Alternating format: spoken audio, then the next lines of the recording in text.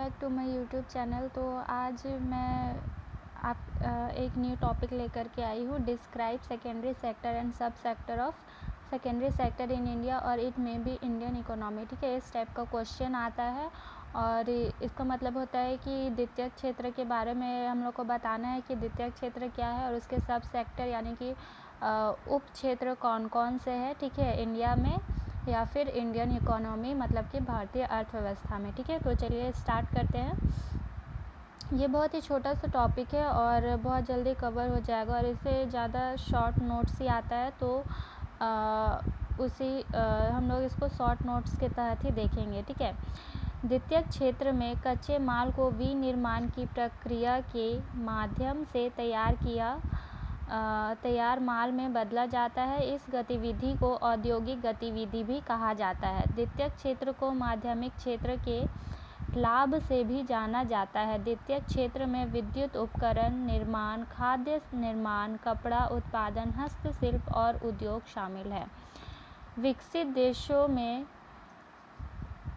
माध्यमिक क्षेत्र मध्यम वर्ग के लिए अच्छी तनख्वाह वाली नौकरियों का बहुत महत्वपूर्ण स्रोत है। उदाहरण, यूएसए में 20% लोग रोजगार के लिए माध्यमिक क्षेत्र पर निर्भर है। जिन देशों का द्वितीयक क्षेत्र विकसित होता है उनका निर्यात अधिक होता है और वे अधिक समृद्ध होते हैं। द्वितीयक क्षेत्र प्राथमिक क्षेत्र से कच्चा माल लेता है और घरेलू व्यवसायों, निर्यातों और उपभोक्ताओं के लिए तैयार माल बनाता है। द्वितीयक क्षेत्र उत्पादन के लिए आवश्यक कच्चे माल के लिए प्राथमिक क्षेत्र पर निर्भर करता है। इसमें अधिक पूंजी और श्रम की आवश्यकता होती है। द्वितीयक क्षेत्र प्राथमिक क्षेत्र की तुलना में अधिक उच्च वेतन वाली नौकरियां प्रदान करता है। देश की आर्थिक वृद्धि को मापने के लिए जीडीपी का उपयोग किया जाता है। जीडीपी का अर्थ है देश के भीतर निर्मित सभी वस्तुओं और सेवाओं का मौद्रिक मूल्य। इसीलिए किसी भी देश के आर्थिक विकास में द्वितीयक क्षेत्र का बहुत बड़ा महत्व होता है। ठीक है, तो ये था इसका इंट्रोडक्शन जिसमें बताया गया है कि द्वितीयक क्षेत्र क्या है। द्वितीयक क्षेत्र में प्राथमिक क्षेत्र से जो प्राप्त होते हैं उसको मतलब कि प्राथमिक क्षेत्र में हम लोग को क्या कच्चे माल जो कि प्रकृति से हम लोग को डायरेक्ट मिलता है उसको द्वितीयक क्षेत्र में लाया जाता है। फिर उसको उद्योगों में ले जाया जाता है और उद्योग में कच्चे माल के तौर पर उसका इस्तेमाल किया जाता है और फिर उससे वस्तुएं बनाई जाती है। ठीक है, जैसे कि मान लेते हैं कि हम लोग को प्रकृति से अगर लकड़ी प्राप्त हो रहा है तो लकड़ी को उद्योग में ले जाएंगे और उससे फर्नीचर बनाएंगे। ठीक है, तो वो आ जाएगा द्वितीयक क्षेत्र में। या फिर टमाटर से सॉस बनाएंगे, वो आएगा द्वितीयक क्षेत्र में। या फिर मिर्ची का अचार बनाएंगे तो वो आ जाएगा द्वितीयक क्षेत्र में। ठीक है, तो इस तरीक़ा से मतलब कि वस्तुओं को बदला जाता है कच्चे माल से औद्योगिक वस्तुओं में। ठीक है, और इसमें क्या होता है द्वितीयक क्षेत्र में कि इसमें थोड़ी सी मतलब प्राथमिक क्षेत्र में उतनी कुशलता की आवश्यकता नहीं होती है, पर इसमें कौशलता की आवश्यकता होती है क्योंकि इसमें उद्योगों में लोगों को काम करना पड़ता है। तो इसमें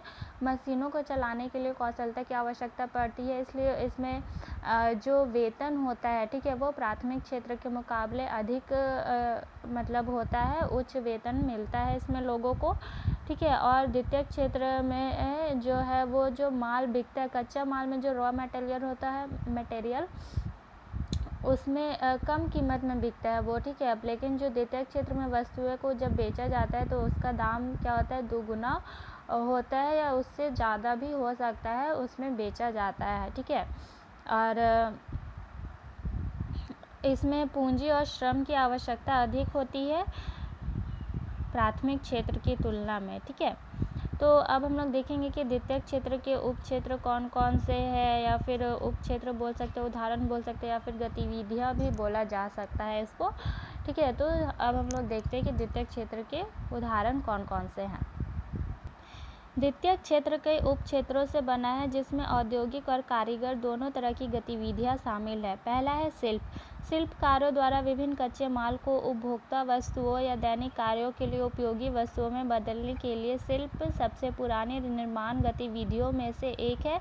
इसमें साधारण मशीनरी का उपयोग करके छोटी कार्यशालाओं में बनाए जाते हैं, इसलिए ये कम मात्रा में उत्पादित होते हैं। कारीगर गतिविधि से पहले श्रृंखला का उत्पादन होता है जो 19वीं शताब्दी में औद्योगिक क्रांति के समय उभरा था। ठीक है, तो जो शिल्पकार होते हैं वो छेनी या हथौड़ा से मतलब वस्तुओं का निर्माण किया करते थे। तो इसमें क्या होता है कि पुराने रीति रिवाज या तरीक़ों से वस्तुओं का निर्माण किया जाता था, तो वो वस्तुएं महंगी भी होती थी और उसमें मेहनत भी बहुत ज़्यादा लगता था और मतलब उसमें मशीन का यूज़ बहुत कम किया जाता था, ठीक है। और इसको छोटे पैमाने पर ही बनाया जाता था क्योंकि इसके डिमांड ज़्यादा नहीं होते थे। तो और 19वीं शताब्दी में ये बहुत ज़्यादा ही फेमस था शिल्पकारी, ठीक है। दूसरा है उद्योग। औद्योगिक क्षेत्र सबसे बड़ा है। कच्चे माल के परिवर्तन के लिए उद्योगों में बड़ी मात्रा में विनिर्माण प्रक्रिया किया जाता है, जिन्हें वैज्ञानिक तकनीकी की मदद से रूपांतरित किया जाता है। उद्योगों में उत्पादन श्रृंखला में किया जाता है। उद्योग अपने उचित कामकाज के लिए मानव हाथों, प्रौद्योगिकी, ऊर्जा और मशीनों पर निर्भर है। उद्योगों में कपड़ा, मोटर वाहन, उपभोक्ता वस्तुएं, घरेलू उपकरण, मोबाइल उपकरण आदि का निर्माण किया जाता है, ठीक है। तो इसके बाद आता है उद्योग। उद्योग में जानने करते हैं मतलब बहुत तरीक़ा का वस्तुओं का निर्माण किया जाता है, जिसमें कपड़ा आएगा, मोटर वाहन आएगा, उपभोक्ता की वस्तुएं में बहुत सारी चीज़ें, साबुन, तेल, शैम्पू, फिर खाने पीने की चीज़ें भी आ जाएगा, ठीक है। फिर घरेलू उपकरण, मोबाइल, ये सारा चीज़ क्या है उद्योग में यानी कि फैक्ट्री में बनाए जाते हैं। और फैक्ट्री में वहाँ पे मानव हाथों यानी कि श्रमिकों का भी यूज़ किया जाता है, जो मशीन है उसका भी यूज़ किया जाता है और प्रौद्योगिकी का भी यूज़ किया जाता है। तो उद्योग में हर एक तरीक़ा का यूज़ किया जाता है वस्तुओं को बनाने के लिए, ठीक है। और इसमें क्या है वैज्ञानिक तकनीकों का यूज़ किया जाता है वस्तुओं को मतलब बदलने के लिए, मतलब जो रॉ मटेरियल है उसको औद्योगिक वस्तु में बदलने के लिए उसमें वैज्ञानिक तकनीकों का यूज़ किया जाता है। और उद्योग ही है जो बहुत ज़्यादा बड़ी मात्रा में लोगों को रोज़गार प्रदान करते हैं, ठीक है। तीसरा है निर्माण। निर्माण एक गतिविधि है जो घरों, भवनों, सार्वजनिक स्थानों, शॉपिंग सेंटर, स्कूलों, सड़कों, राजमार्गों, पुलों और अन्य संरचनाओं का निर्माण इसके अंतर्गत किया जाता है ताकि लगातार बढ़ती आबादी की ज़रूरतों को पूरा किया जा सके। इसके अंतर्गत सार्वजनिक कार्य और निजी कार्य दोनों शामिल किया जाता है, ठीक है। तो निर्माण से ही हम लोग को ये पता चल जाता है, मतलब इसके वर्ड से ही पूरा डिफ़ाइन हो जाता है कि निर्माण का मतलब क्या होता है। निर्माण मतलब किसी भी चीज़ को बनाना, ठीक है। तो इसमें आ जाएगा घर बना सकते हैं, सार्वजनिक स्थान जैसे कि रोड हो गया, शॉपिंग सेंटर हो गया, स्कूल हो गया, सड़क हो गया, पुल हो गया, पार्क हो गया, जो भी चीज़ का निर्माण किया जाता है वो सारा इसके अंतर्गत आएगा, ठीक है। और इसमें बढ़ती आबादी की जितनी ज़रूरत है उसके हिसाब से मतलब निर्माण किया जाता है।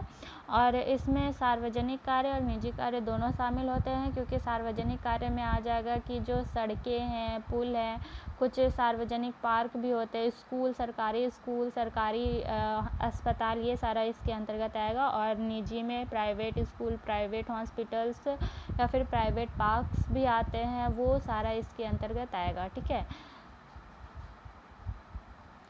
इसका नेक्स्ट पॉइंट है बिजली उत्पादन। यह सब सेंटर विद्युत ऊर्जा उत्पन्न करने के उद्देश्य से बना है, जो अनगिनत गतिविधियों के विकास के लिए अत्यंत महत्वपूर्ण है। वर्तमान में विद्युत ऊर्जा उद्योगों, उनकी मशीनरी और बिजली पर निर्भर अन्य इलेक्ट्रॉनिक प्रणालियों के संचालन के लिए महत्वपूर्ण है। ऊर्जा की कमी से औद्योगिक प्रक्रियाओं को हानि होती है और यह किसी कारखाने या कंपनी की उत्पादकता और इस क्षेत्र की अर्थव्यवस्था को नकारात्मक रूप से प्रभावित करता है, ठीक है। तो बिजली उत्पादन से क्या समझते हैं कि बिजली को बनाना, जो कि बिजली हम लोग को 2-3 तरीक़ा से हम लोग बना सकते हैं। पहला है जल से बिजली को उत्पादन किया जाता है, दूसरा है सूर्य से भी आजकल सौर ऊर्जा वाला जो है उससे भी बिजली उत्पादन किया जा रहा है, तीसरा है पवन चक्की से जो बिजली उत्पादन किया जाता है हवा के द्वारा। तो ये 2-3 तरीक़ा है जिससे कि बिजली उत्पादन किया जाता है, ठीक है। और बिजली उत्पादन आजकल बहुत ज़्यादा ज़रूरी हो गया है, क्योंकि आजकल हर एक चीज़ लाइट से ही रिलेटेड हो गया है। और अगर बिजली नहीं होता है तो घर में भी अंधेरा छा जाता है, ठीक है, घर के हर जगह। और अगर बिजली नहीं होगा तो फैक्ट्री भी नहीं चलेगा और ना ही प्रोडक्शन होगा, ठीक है, जिससे कि बहुत ही लॉस होगा। ट्रेन भी आजकल बिजली से ही चलने लगा है तो उसमें भी लॉस होगा, ठीक है। तो औद्योगिक से जितने भी हैं सबको हानि हो जाएगी अगर बिजली का उत्पादन रुक जाता है तो, ठीक है। और बिजली जो है वो क्या है, किसी कारखाने या कंपनी की उत्पादकता को क्या है नकारात्मक रूप से भी प्रभावित कर सकती है। जैसे कि मैंने कहा, अगर बिजली नहीं होगी तो वो उसको नकारात्मक रूप से प्रभावित करेगी ही। ठीक है, तो ये था इसका लास्ट पॉइंट। तो हमने इसमें 3-4 पॉइंट्स देखे, क्योंकि ये छोटा सा टॉपिक था तो ये यहीं पे ख़त्म होता है। तो आशा करती हूँ कि आपको ये वीडियो पसंद आया होगा और आपके लिए हेल्पफुल रहा होगा। तो वीडियो पसंद आए तो लाइक शेयर एंड सब्सक्राइब ज़रूर करें। Thanks for watching. मिलते हैं नेक्स्ट वीडियो में नेक्स्ट टॉपिक के साथ।